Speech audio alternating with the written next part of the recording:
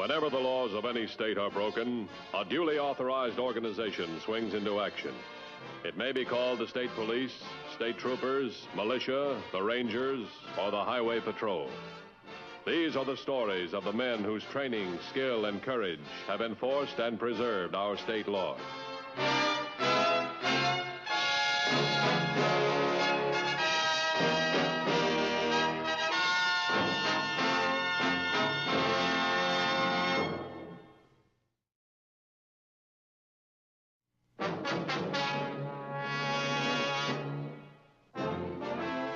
Many persons are convicted of crimes on the basis of a positive identification by another person. Law enforcement agencies rely heavily on this type evidence. Early on the morning of August 10th, Mrs. Ethel Carey, owner of a motel, went about her usual routine of starting another day. A day in which she would find it necessary to positively identify her first visitor.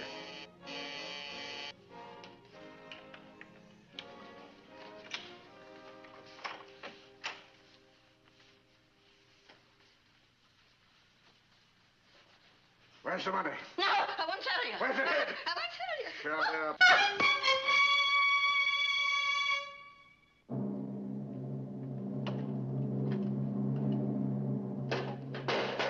Recovering from the attack, Mrs. Carey immediately placed an urgent call to the highway patrol. She stated that she had recognized the man who forced his way into her apartment, and that she could positively identify him as one of the guests now registered at the motel. Minutes later, officers Peterson and Bergen had apprehended the suspect, Roger Taylor, in his bungalow at the motel court. Better take another look inside, see if you can find the hat and coat. Yeah, okay.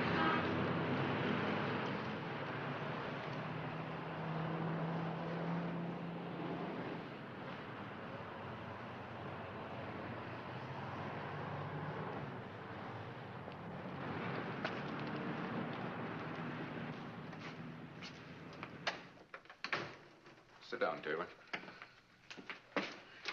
But I don't understand. I didn't do anything.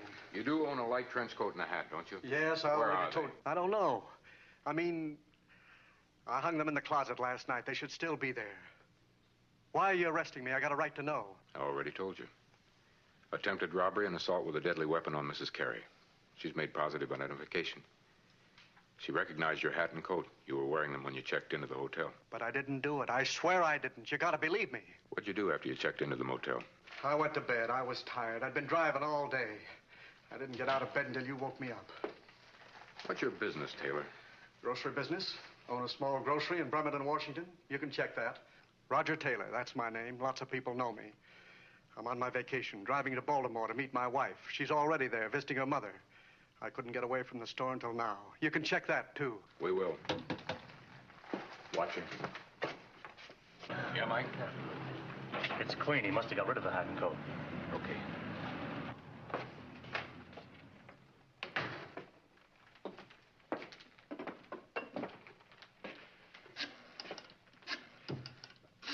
Why'd you get rid of the hat and coat? Why would I get rid of them? I tell you, I didn't do anything. Why would I get rid of my hat and coat if I didn't do anything? Let me talk to Dan Matthews. Matthews speaking. Dan, on the motel beating, we picked up the identified suspect, Roger Taylor. Good. Book him right away and wrap it up. I would. A couple things don't add up. What? Well, what makes you think so? Two things. Why would he admit owning the hat and coat and then take the trouble of hiding them? Secondly, if he did do it, what's he doing here? He's had plenty of time to get to the city and get lost. All right, see how he feels about a lie detector test. We might be able to save him a lot of trouble. Okay, hold it. Still claim you're innocent? Yes, I didn't do it. I wouldn't beat up an old lady. Ask anybody who knows me. Would you take a lie detector test? Lie detector? Yeah, I'll take a lie detector test. I'm not afraid of it. Why would I be if I didn't do it? He'll take it. I'll bring him right into the office. Okay. Let's go. Hold it down.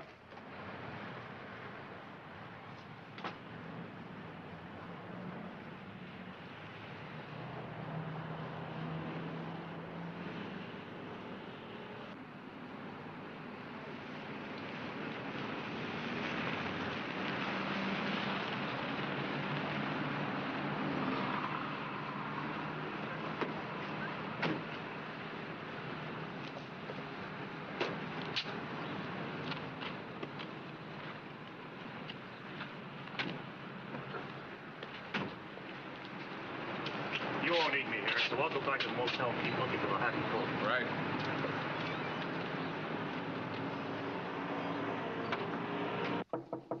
Come in.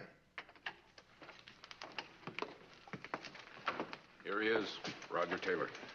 All right, Mr. Taylor. Will you sit in this chair right here, please? I want to run an R&I check on this. All right, go ahead and do it.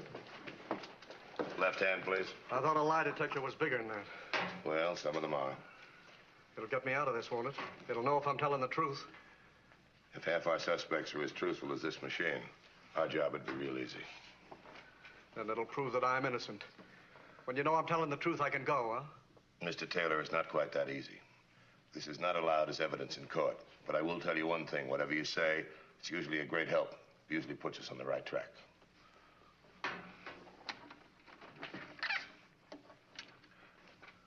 Is your name Roger Taylor? Yes. Where do you live? Bremerton, Washington. What is your business? Grocery business? Did you beat Mrs. Carey? No. Where is your wife? In Baltimore, Maryland? Did you try to rob Mrs. Carey? No. Time and again, Roger Taylor was questioned. Time and again, the suspect denied that he was guilty of the assault and attempted robbery of Mrs. Carey. After nearly 4 hours of interrogation, the contacts were removed from his fingers. Oh, what did it say?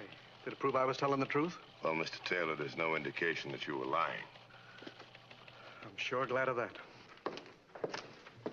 Just came in on the teletype. Bremerton R&I says he has no record. Told the truth about the grocery store and the trip to Baltimore.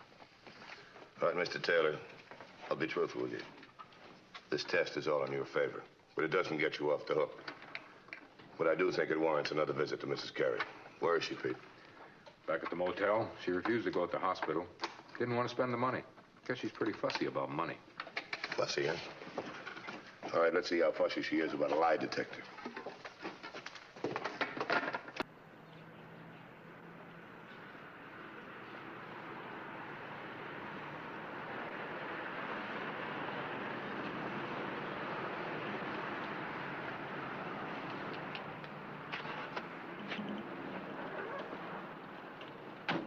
Find anything yet? Not yet. I will be inside.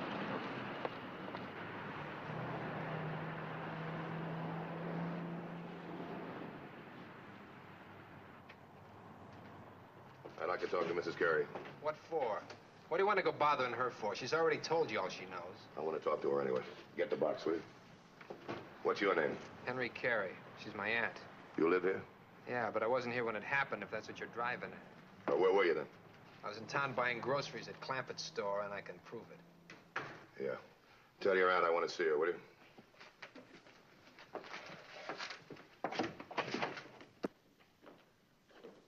What are you doing here? Henry, I told you not to let them in again. I'm Dan Matthews, Mrs. Carey. I hate to bother you again. I'll make it as brief as possible. What's he doing here? He ought to be in jail. What right have you to bring him in here? Mrs. Carey, it's very important that we know for sure that Taylor's guilty.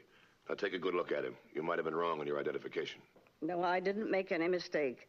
I checked that man in last night, and he was wearing the same hat and coat when he forced his way in here with a gun. He tried to disguise his voice, but he couldn't fool me. Now, he's the one. I'm positive. Okay, take him out. Mrs. Carey, we've had this man on a lie detector for 4 straight hours. The machine gives every indication he was telling the truth when he said he didn't do it. I don't care about your lie detector test. It's no good as evidence anyway. Do you know very much about lie detectors? I know you can't believe them. Suppose I prove to you that you can. Now, what do you mean by that? Mrs. Carey, you wouldn't want an innocent man to go to prison for a crime he didn't commit, would you? Why, no, of course not. Well, we're interested in finding the man who attacked you. You'll help us, won't you? What do you want me to do? Submit to a lie detector test. You think I'm lying? No, I don't think you're lying, but the machine will show whether you had any doubts about the identification. You mean I could be lying and not know it? Well, sometimes we hate to admit things to ourselves. Your nephew, Henry, he could help us with the test, and perhaps you could put us on the right track. No, you don't. I don't have to take a lie detector test. Maybe you've got a reason not to. Taylor wasn't afraid to try it. Maybe that's because he had nothing to hide. I've got nothing to hide. All right, fine. Then you'll help us. Go on, Henry. I want to see the machine that can make me out a liar when I'm telling the truth. If it works for you, I'll try it. All right, fine. Come over here. Sit in that chair. Oh, here. Write down any number between 1 and 5. Don't let me see the number you've written down.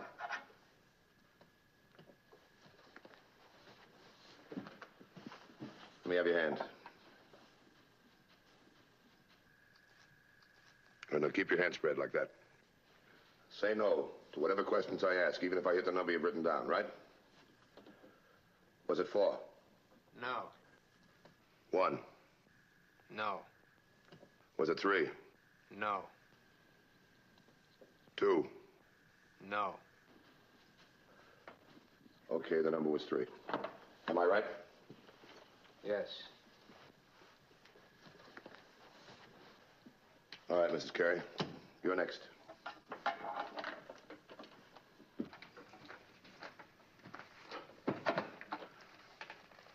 Now, let me have your left hand, please.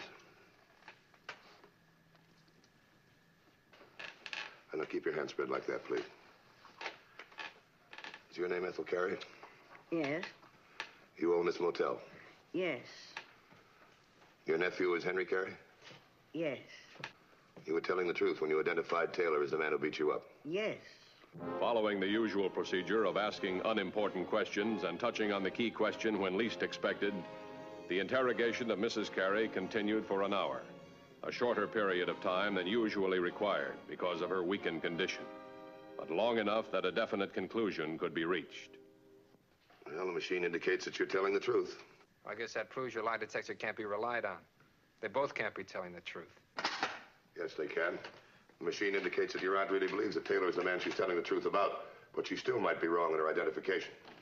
Dan, Yeah? can I see you a minute? I'll be right with you. Thanks very much for your cooperation, Mrs. Carey. So you put him away where he belongs. We can't go around tormenting people. Thanks for your cooperation, too, Henry. What'd you find? These. Fresh blood on the gloves. Found them down in back of Taylor's bungalow. Can you identify these? Looks like mine. Where'd you buy this coat? At home, Bob Jean's apparel store. That is, if it's mine. It's yours. I don't know how it got there. I didn't bury them. I swear it. Well, there's not much more we can do here, Taylor.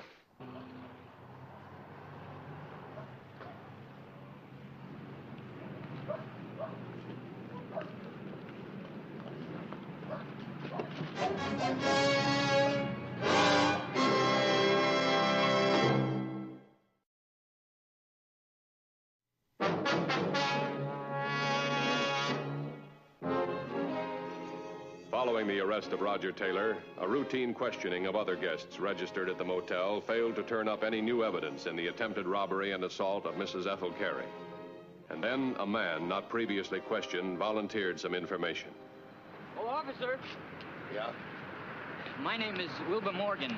I'm a guest here at the motel since yesterday. I stay here 2 or 3 days every month. I sell farm equipment. I just drove in a few minutes ago from making my calls, and I heard about what happened to Mrs. Carey. I saw the fellow you arrested. Have you got something to tell us? Oh, yes, I do. Maybe it'll help. It happened early this morning, about 7:30, I guess. I was just leaving to make my calls. Farmers get up early, you know. Yeah, I know. What happened? Well, I was passing the office building, going to my car. Wanted to smoke, but didn't have any matches, so I stopped this fellow and asked him for a light. He was wearing a light trench coat with a hat brim pulled down. Could have been the ones you dug up a while ago. Did you get a good look at his face? No, not a very good one. Like I said, he had his hat brim pulled down, but it could have been that fellow Taylor. Now, I'm not positive, but it sure could have been. You didn't notice which way he went, did you? No, not exactly, but it seemed like he was headed for the office. I was lighting up with a book of matches he gave me, and when I looked up, he'd gone. Oh, he didn't take the matches back? No. In fact, I think I have them on me. Oh, yes, here they are. Only one match left, but I guess... Skylark Motel, Portland, Oregon. You don't mind if I keep these there, Mr. Morgan? Sure, you're welcome to them. I hope this is of some help to you. I'll let you know. Look, don't go too far away. I might want to talk to you again.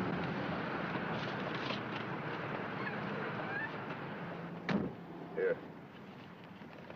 This doesn't help Taylor's case any. Portland, Oregon. Can't be more than a day's drive from his home in Bremerton. Yeah, but I can't forget the fact that the detective said he was innocent. It's never been wrong, Pete. Not once. The evidence was piling up against Taylor. Evidence that contradicted the suspect's statements and even the lie detector itself. The following morning, having been released on bail pending trial, Taylor made another appearance at the motel. Taylor, you're supposed to be in jail. I'm out on bail. I've got to see Mrs. Carey. You What's get out of going here. on here? Call the police, Henry. Tell him he's escaped. It won't do any good. They just let him out on bail again. Now, you get out of here. Why do you keep on lying? What are you trying to do to me? They won't blame me for killing you when I tell them you came back and tried it again. Now, get out.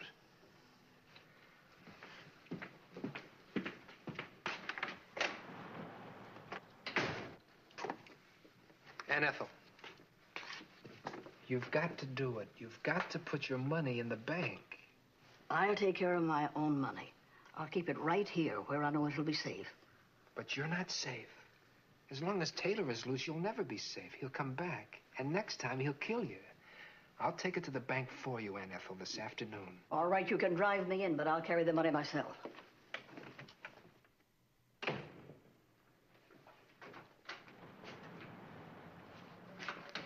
Wilbur. We had the break of our lives. Taylor's out on bail. He can be our patsy again. Again? You crazy. I should never have listened to you when you wanted me to turn the matches over to the cops. Taking a chance of them tying me in with it. But I'm not trying it again. Listen, I know how much this old bat makes in this motel. She must have 10 grand stashed away. We're not taking a chance this time. It's not like before. We don't have to lift Taylor's hat and coat. I don't see why you just can't find the money. Don't you think I've tried? Turn this place upside down every day for a month. She's got it hidden too well. But this time, we don't have to find the dough. She's going to take it to the bank. She's going to have it with her. I'll be driving the car. You be waiting where I tell you. I'll fake car trouble and stop. This time, it'll be a cinch.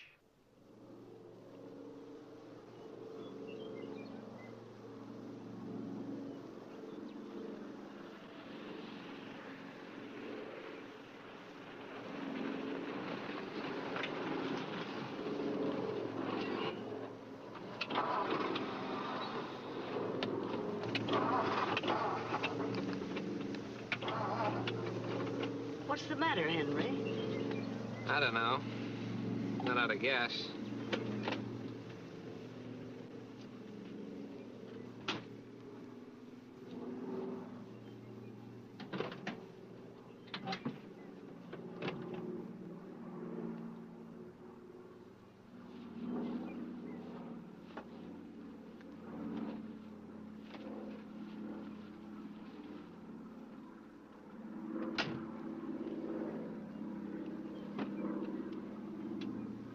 What's the matter, Henry? Probably died of old age. I always told you ought to get a new one. Yes, but new cars cost money. Yeah, I know. You wouldn't part with a plugged nickel if it killed you.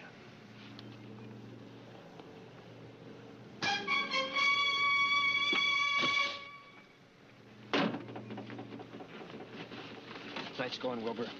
Now get back to the motel and check out. Where you parked? Across the field. Now get on home. I'll get in touch with you in a couple days. Wilbur, you forgot something. And make it look good.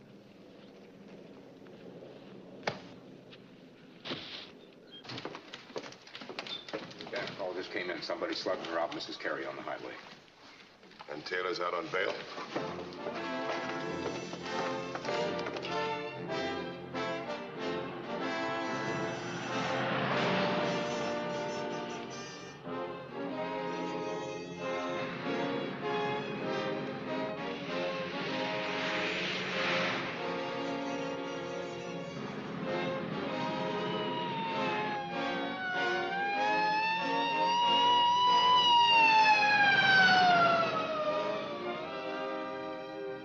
I know it was Taylor. I saw him with my own eyes.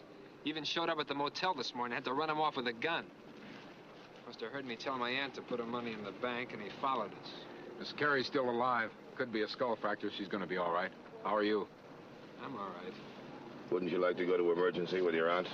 No. Somebody's going to have to look after the motel. That is, if I'm free to go. Yeah, you're free to go. But only to the motel. Don't go away. We might want to talk to you again. Talk, huh? That's all you ever do. If you kept your eye on Taylor in the first place, this thing wouldn't have happened.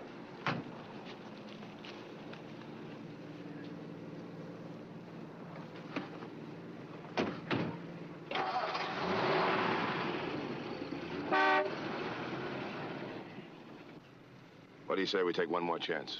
What do you mean? On the lie detector. If Taylor's guilty on both counts, we ought to say so, at least this time. I want to see Taylor as soon as possible. Put a pickup on it.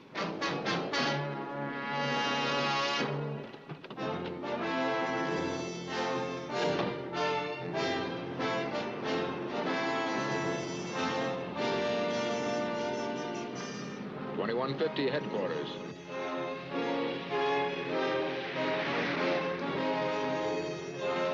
A call was put out for Taylor, and within the hour, his pickup was affected. Patrolman Bergen rushed him to headquarters. As before, he willingly submitted to the lie detector. And, as before, it indicated he was innocent. Just don't get it, Dan. You've always had such good luck with the lie detector. I don't see how it can be so wrong now. Well, what if it isn't? Taylor's been identified twice. But what if the detective's telling the truth? What would that mean to you? Well, it would mean Mrs. Carey was wrong. It would mean Henry was lying.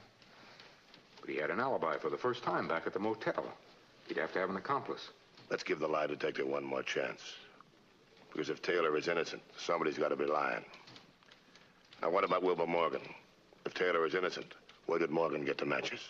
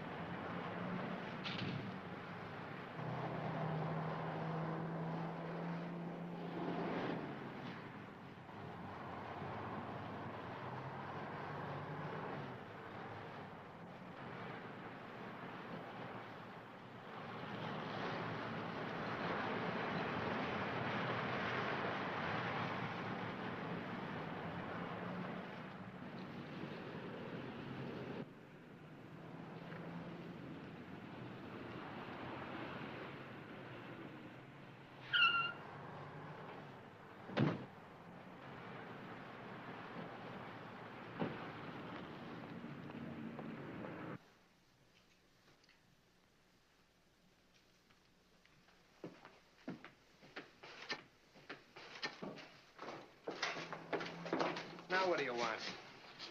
Been looking for you, Henry. We picked him up. Had no business letting him out on bail in the first place. Well, I think that's up to the judge. Oh, by the way, we tried the lie detector test again. Still says he's innocent. So what? Don't prove nothing. Well, let's assume that the lie detector is right. Taylor is innocent. Means that somebody's lying. Could be you when you say he slugged and robbed your aunt. I suppose I slugged myself over the head, too, huh? Oh, no. There's somebody else mixed up in this, and he's lying, too. A fellow by the name of Wilbur Morgan. Wilbur Morgan. Now, what's he got to do with this? Well, he had a book of matches that belonged to Taylor. He said that Taylor gave them to him. I suppose Taylor didn't. That means he found them in the pocket of the coat, which he stole from Taylor to use as a disguise when he beat up your aunt yesterday. You can't connect me with this. I had an alibi yesterday. Yesterday, I agree. But today you're on the scene. We checked your register. Morgan is checked out. What would you say if I told you we'd picked him up? Had the money with him, told the whole story. Can't prove nothing on me. Henry, would you like to try the lie detector test again? You know how it works now. Maybe it'll say you're innocent. Yeah, put a call out to pick up Morgan. It's essential to have the money on it. You said you already picked him up. No, I never said that. I said we checked the register and found out he left. You'd never trap me without lying. I didn't trap you, kid. The truth did. Bring him along.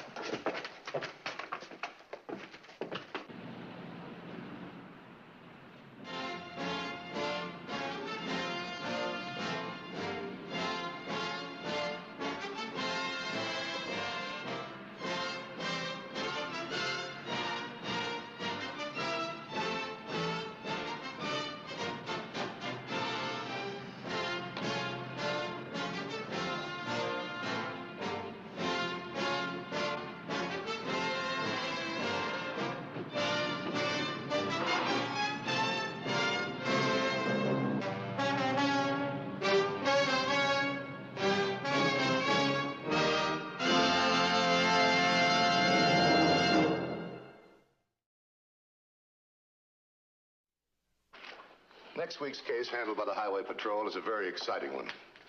We hope you'll be with us. Until then, remember, the careless driver isn't driving his car. He's aiming it. This is Bradley Crawford saying see you next week.